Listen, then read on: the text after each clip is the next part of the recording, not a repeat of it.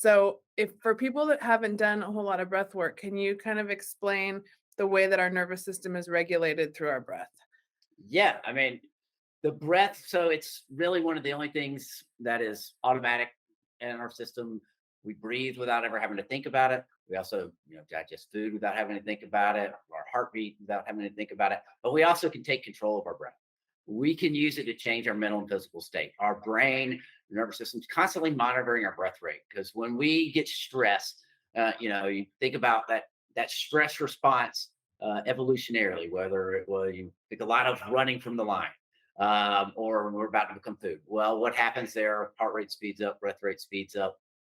You know, might start getting sweaty palms, blood rushes through our limbs, so we can mobilize. It really shuts down every other all of our other systems because it just needs to stay alive in that moment.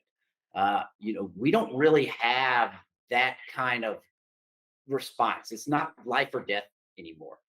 It's more of an emotional response. It's more of we get an email from our boss. Our partner says somebody says something to us. Somebody cuts us off in traffic.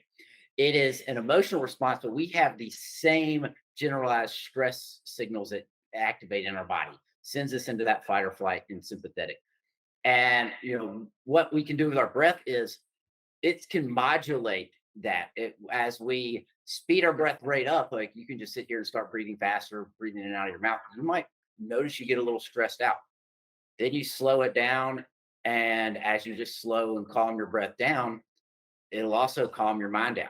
So it's a feedback loop with your brain. As your breath rate speeds up, you begin to take on more stress. As you get stressed, your breath rate tends to speed up, and it works just in reverse. If you slow your breath down, it does the opposite. It can calm you down, and it's kind of the breath. Our exhale is very much a calming aspect to the nervous system. One of the long, slow exhales are a great way to calm yourself down.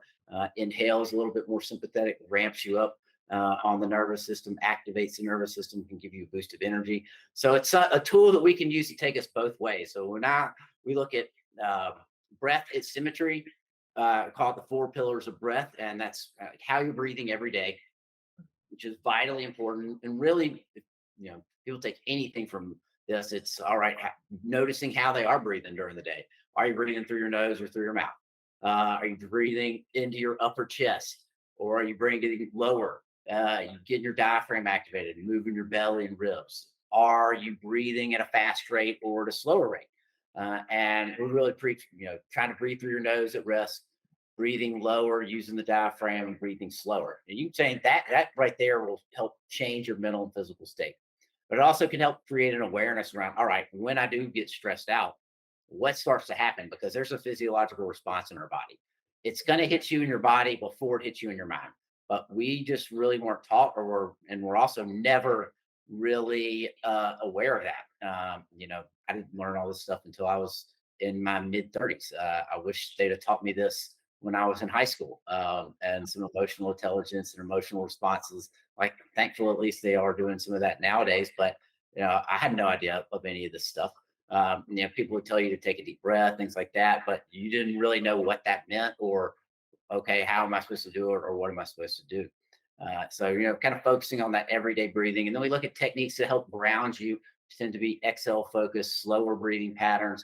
Then we have activation patterns, which tend to be faster.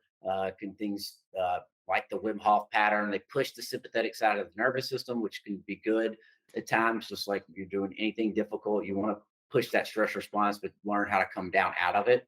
And then we look at transformational breathing, and that's longer breath sessions where we're really combining a bunch of different types of techniques. It's similar to what we did a couple of weeks ago in Venice, which can kind of put you into another world, make you have all sorts of experiences that you had no idea your breath could do.